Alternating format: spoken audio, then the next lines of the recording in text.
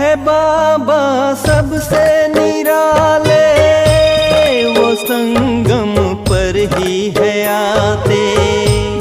है बाबा सबसे निराले, वो संगम पर ही है आते।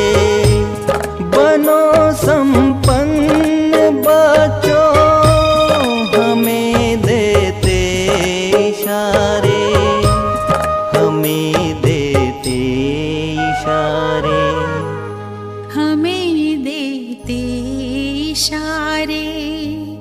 अनुभव से है कहते, बाबा का संदेश देते। बनाते स्वर्णिम चमन, बनाते स्वर्णिम चमन। उड़ चलो और गगन, वही है अपना वतन। उड़ो अब बिंदु बनकर, देह अभिमान तज कर। उड़ो अब बिंदु बनकर, देह अभिमान तज कर। ओम शांति। Good morning. 5 दिसंबर 2021 प्रातः मुरली। अव्यक्त बाप दादा रिवाइज 5 दिसंबर 1989। अव्यक्त महावाक्य का सार, सदा प्रसन्न कैसे रहे। आज बाप दादा चारों ओर के बच्चों को देख रहे थे। क्या देखा? हर एक बच्चा स्वयं हर समय कितना प्रसन्न रहता है, साथ साथ दूसरों को स्वयं द्वारा कितना प्रसन्न करते हैं। क्योंकि परमात्म सर्व प्राप्तियों के प्रत्यक्ष स्वरूप में प्रसन्नता ही चेहरे पर दिखाई देती है। प्रसन्नता ब्राह्मण जीवन का विशेष आधार है। अल्पकाल की प्रसन्नता और सदा काल की प्रसन्नता इसमें रात दिन का अंतर है। अल्पकाल की प्रसन्नता अल्पकाल की प्राप्ति वाले के चेहरे पर थोड़े समय के लिए दिखाई जरूर देती है, लेकिन रूहानी प्रसन्नता स्वयं को तो प्रसन्न करती ही है, परंतु रूहानी प्रसन्नता के वाइब्रेशन अन्य आत्माओं तक भी पहुंचते हैं। अन्य आत्माएं भी शांति और शक्ति की अनुभूति करती है। जैसे फलदायक वृक्ष अपनी शीतलता की छाया में थोड़े समय के लिए मानव को शीतलता का अनुभव कराता है और मानव प्रसन्न हो जाता है, ऐसे परमात्म प्राप्तियों के फल संपन्न रूहानी प्रसन्नता वाली आत्मा दूसरों को भी अपने प्राप्तियों की छाया में तन मन की शांति और शक्ति की अनुभूति कराती है। प्रसन्नता के वाइब्रेशन सूर्य की किरणों समान वायुमंडल को, व्यक्ति को और सब बातें भुलाए सच्चे रूहानी शांति की, खुशी की अनुभूति में बदल देते हैं। वर्तमान समय की अज्ञानी आत्माएं अपने जीवन में बहुत खर्चा करके भी प्रसन्नता में रहना चाहती है। आप लोगों ने क्या खर्चा किया? बिना पैसा खर्च करते भी सदा प्रसन्न रहते हो ना? वह औरों की मदद से प्रसन्न रहते हो। बाप दादा बच्चों का चार्ट चेक कर रहे थे। क्या देखा? एक है सदा प्रसन्न रहने वाले और दूसरे है प्रसन्न रहने वाले। सदा शब्द नहीं है। प्रसन्नता भी 3 प्रकार की देखी। पहला, स्वयं से प्रसन्न, दूसरों पर प्रसन्न, तीसरा सेवा द्वारा प्रसन्न। अगर तीनों में प्रसन्न है तो बाप दादा को स्वतः ही प्रसन्न किया है, और जिस आत्मा के ऊपर बाप प्रसन्न है वो तो सदा सफलता मूर्त है ही है। बाप दादा ने देखा कई बच्चे अपने से भी अप्रसन्न रहते हैं। छोटी सी बात के कारण अप्रसन्न रहते हैं। पहला पाठ मैं कौन, इसको जानते हुए भी भूल जाते हैं। जो बाप ने बनाया है, दिया है, उसको भूल जाते हैं। बाप ने हर एक बच्चे को फूल वर्षे का अधिकारी बनाया है। किसको पूरा, किसको आधा वर्षा नहीं दिया है।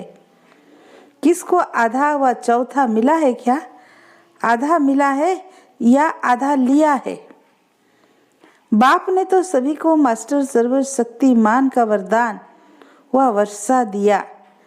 ऐसे नहीं कि कोई शक्तियाँ बच्चों को दी और कोई नहीं दी, अपने लिए नहीं रखी। सर्व गुण संपन्न बनाया है, सर्व प्राप्ति स्वरूप बनाया है।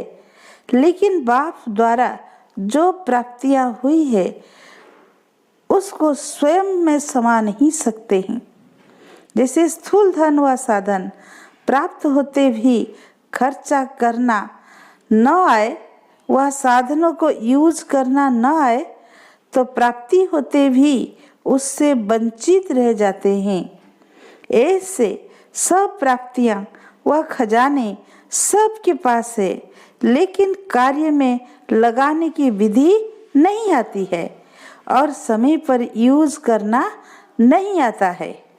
फिर कहते हैं मैं समझती थी कि यह करना चाहिए, यह नहीं करना चाहिए, लेकिन उस समय भूल गया। अभी समझती हूँ कि ऐसा नहीं होना चाहिए। उस समय 1 सेकंड भी निकल गया तो सफलता की मंजिल पर पहुंच नहीं सकते, क्योंकि समय की गाड़ी निकल गई। चाहे 1 सेकंड लेट किया, चाहे 1 घंटा लेट किया, समय निकल तो गया ना। और जब समय की गाड़ी निकल जाती है तो फिर स्वयं से दिल शिकस्त हो जाते हैं और अप्रसन्नता के संस्कार इमर्ज होते हैं। मेरा भाग्य ही ऐसा है, मेरा ड्रामा में पार्ट ही ऐसा है। पहले भी सुनाया था, सो से अप्रसन्न रहने के मुख्य 2 कारण होते हैं। एक है दिल शिकस्त होना और दूसरा कारण होता है दूसरों की विशेषता, भाग्य व पाठ को देख ईर्ष्या उत्पन्न होना। हिम्मत कम होती है, ईर्ष्या ज्यादा होती है। दिल शिकस्त भी कभी प्रसन्न नहीं रह सकता और ईर्ष्या वाला भी कभी प्रसन्न नहीं रह सकता, क्योंकि दोनों हिसाब से ऐसी आत्माओं की इच्छा कभी पूर्ण नहीं होती और इच्छाएं अच्छा बनने नहीं देती, इसीलिए प्रसन्न नहीं रहते। प्रसन्न रहने के लिए सदा एक बात बुद्धि में रखो कि ड्रामा के नियम प्रमाण संगम युग पर हर एक ब्राह्मण आत्मा को कोई ना कोई विशेषता मिली हुई है। चाहे माला का लास्ट 16,000 वाला दाना हो, उसको भी कोई ना कोई विशेषता मिली हुई है। उनसे भी आगे चलो, 9 लाख जो गाए हुए हैं उन्हें भी कोई ना कोई विशेषता मिली हुई है। अपनी विशेषता को पहले पहचानो।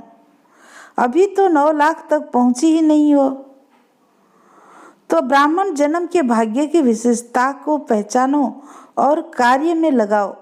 सिर्फ दूसरे की विशेषता को देख करके दिल शिकस्त व ईर्ष्या में नहीं आओ, लेकिन अपनी विशेषता को कार्य में लगाने से एक विशेषता फिर और विशेषताओं को ले आएगी।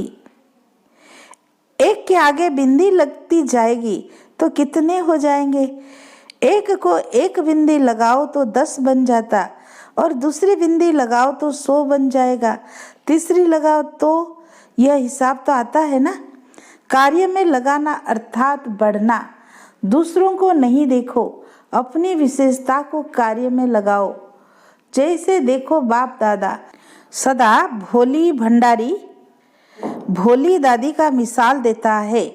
महारथियों का नाम कभी आएगा, लेकिन इनका नाम आता है। जो विशेषता थी वो कार्य में लगाई।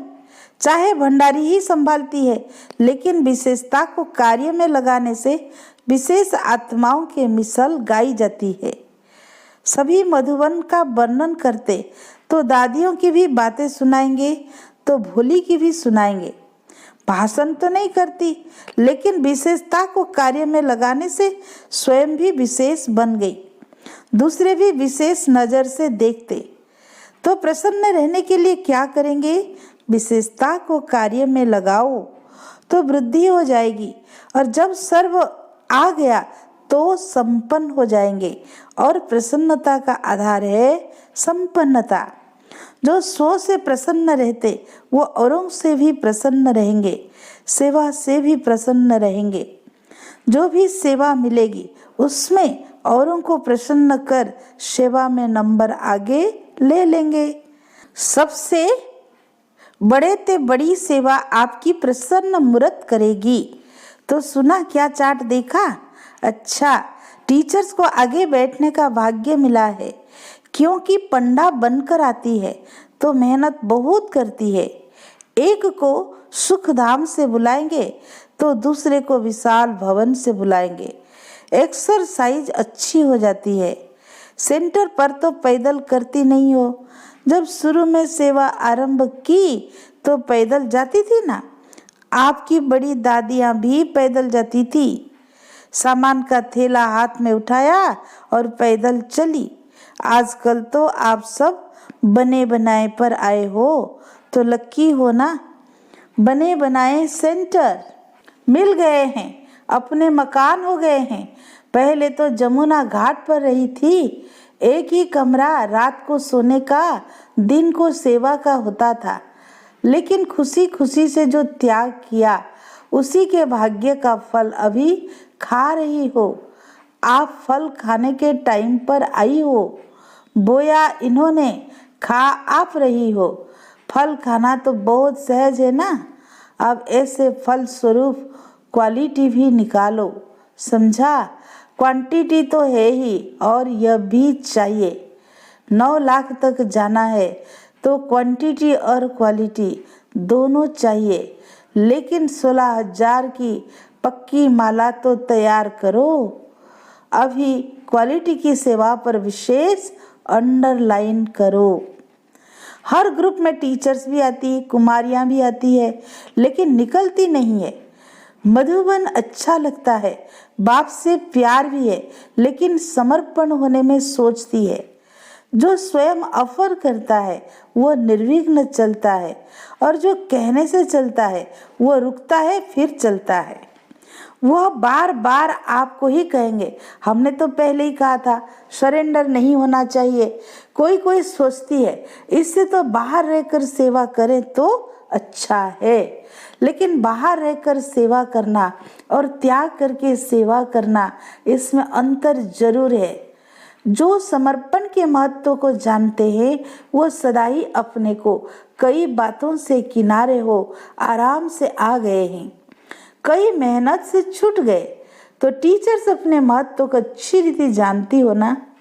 नौकरी और यह सेवा दोनों काम करने वाले अच्छे व एक काम करने वाले अच्छे, उन्हों को फिर भी डबल पार्ट बजाना पड़ता है।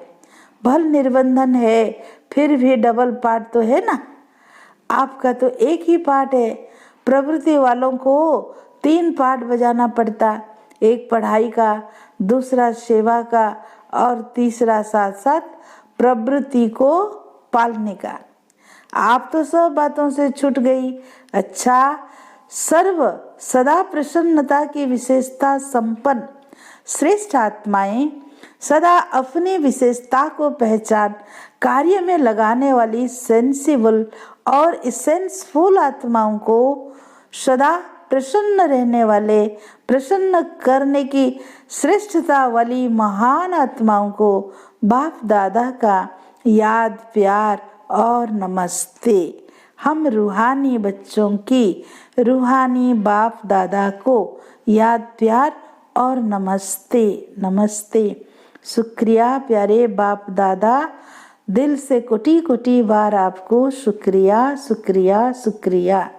आगरा राजस्थान जोन से व्यक्त बाप दादा की मुलाकात। सदा अपने को अकाल तख्त नसीन श्रेष्ठ आत्मा समझते हो। आत्मा अकाल है तो उसका तख्त भी अकाल तख्त हो गया ना। इस तख्त पर बैठकर आत्मा कितना कार्य करती है। तख्त नसीन आत्मा हूँ, इस स्मृति से स्वराज्य की स्मृति स्वतः आती है। राजा भी जब तख्त पर बैठता है तो राजाई का नशा, राजाई की खुशी स्वतः होती है। तख्त नसीन माना स्वराज्य अधिकारी राजा हूँ। इस स्मृति से सभी कर्म इंद्रियां स्वतः ही अड़र पर चलेगी। जो अकाल तख्त नसीन समझ कर चलते हैं उनके लिए भी बाप का भी दिल तख्त है, क्योंकि आत्मा समझने से बाप ही याद आता है। फिर ना देह है, ना देह के संबंध है, ना पदार्थ है, एक बाप ही संसार है। इसीलिए अकाल तख्त नसीन बाप के दिल तख्त नसीन भी बनते हैं। बाप के दिल में ऐसे बच्चे ही रहते हैं जो एक बाप दूसरा न कोई है, तो डबल तख्त हो गया। जो सिकीलधे बच्चे होते हैं, प्यारे होते हैं, उन्हें सदा गोदी में बिठाएंगे, ऊपर बिठाएंगे, नीचे नहीं। तो बाप भी कितना कहते हैं, तख्त पर बैठो, नीचे नहीं आओ। जिसको तख्त मिलता है वो दूसरी जगह बैठेगा क्या? तो अकाल तख्त व दिल तख्त को भूल देह की धरनी में, मिट्टी में नहीं आओ। देह को मिट्टी कहते हो ना, मिट्टी मिट्टी में मिल जाएगी ऐसे कहते हैं ना। तो देह में आना अर्थात मिट्टी में आना। जो रयाल बच्चे होते हैं वो कभी मिट्टी में नहीं खेलते। परमात्म बच्चे तो सबसे रयाल हुए। तो तख्त पर बैठना अच्छा लगता है या थोड़ी थोड़ी दिल होती है मिट्टी में भी देख लें। कई बच्चों की आदत मिट्टी खाने की व मिट्टी में खेलने की होती है। तो ऐसे तो नहीं है ना। 63 जन्म मिट्टी से खेला, अब बाप तख्त नसीन बना रहे हैं, तो मिट्टी से कैसे खेलेंगे? जो मिट्टी में खेलता है वह मैला होता है। तो आप भी कितने मैले हो गए हैं। अब बाबा ने स्वच्छ बना दिया। सदा इस स्मृति से समर्थ बनो, शक्तिशाली, कभी कमजोर नहीं होते। कमजोर होना अर्थात माया की बीमारी को अंदर आने देना। अभी तो सदा तंदुरुस्त हो गए, आत्मा शक्तिशाली हो गई। शरीर का हिसाब किताब अलग चीज है, लेकिन मन शक्तिशाली हो गया ना। शरीर कमजोर है, चलता नहीं है, वो तो अंतिम है, वो तो होगा ही, लेकिन आत्मा पावरफुल हो। शरीर के साथ आत्मा कमजोर ना हो। तो सदा ध्यान रखना कि डबल तख्त नसीन सो डबल ताजदारी बनने वाले हैं। अच्छा, सभी संतुष्ट होना। संतुष्ट अर्थात प्रसन्न। सदा प्रसन्न रहते हो या कभी कभी रहते हो? कभी अप्रसन्न, कभी प्रसन्न, ऐसे तो नहीं। कभी किसी बात से अप्रसन्न तो नहीं होते हो। आज यह कर लिया, आज यह हो गया, कल वह हो गया, ऐसे पत्र तो नहीं लिखते हो। सदा प्रसन्न चित्त रहने वाले अपने रूहानी वाइब्रेशन से औरों को भी प्रसन्न करते हैं। ऐसे नहीं मैं तो प्रसन्न रहता ही हूँ, लेकिन प्रसन्नता की शक्ति फैलेगी जरूर। तो और किसी को भी प्रसन्न कर सको ऐसे हो, या अपने तक ही प्रसन्न ठीक हो। दूसरों को भी करेंगे फिर तो अभी कोई पत्र नहीं आएगा। अगर कोई अप्रसन्नता का पत्र आए तो वापस उसको ही भेजे ना। यह टाइम और यह तारीख याद रखना। हाँ, यह पत्र लिखो, ओके हूँ और सब मेरे से भी ओके हैं। यह 2 लाइन लिखो बस, मैं भी ओके और दूसरे भी मेरे से ओके हैं। इतना खर्चा क्यों करते हो? यह तो 2 लाइन कार्ड पर भी आ सकती है और बार बार भी नहीं लिखो। कोई तो रोज कार्ड भेज देते हैं, रोज नहीं भेजना। मास में 2 बार, 15 दिन में 1 बार ओके का कार्ड लिखो और कथाएं नहीं लिखना। अपनी प्रसन्नता से औरों को भी प्रसन्न बनाना। अच्छा, आज का वरदान, समाने और सामना करने की शक्ति द्वारा सेवा में सफलता प्राप्त करने वाले रूहानी सेवाधारी भाव। रूहानी सेवाधारियों को सेवा के सिवाय कुछ भी सूझता नहीं। वे मनसा वाचा कर्मणा सर्विस में एक सेकंड भी रेस्ट नहीं लेते, इसीलिए बेस्ट बन जाते हैं। वे सेवाओं में सफलता प्राप्त करने के लिए सदा यही स्लोगन याद रखते कि समाना और सामना करना, यही हमारा निशाना है। वे अपने पुराने संस्कारों को समाते हैं और सामना माया से करने, न कि दैवी परिवार से। ऐसे बच्चे जो नॉलेजफुल के साथ साथ पावरफुल भी है, उन्हें ही कहा जाता है रूहानी सेवाधारी। आज का स्लोगन, छोटी बात को बड़ा नहीं करो, वातावरण को शक्तिशाली बनाओ। अच्छा, ओम शांति।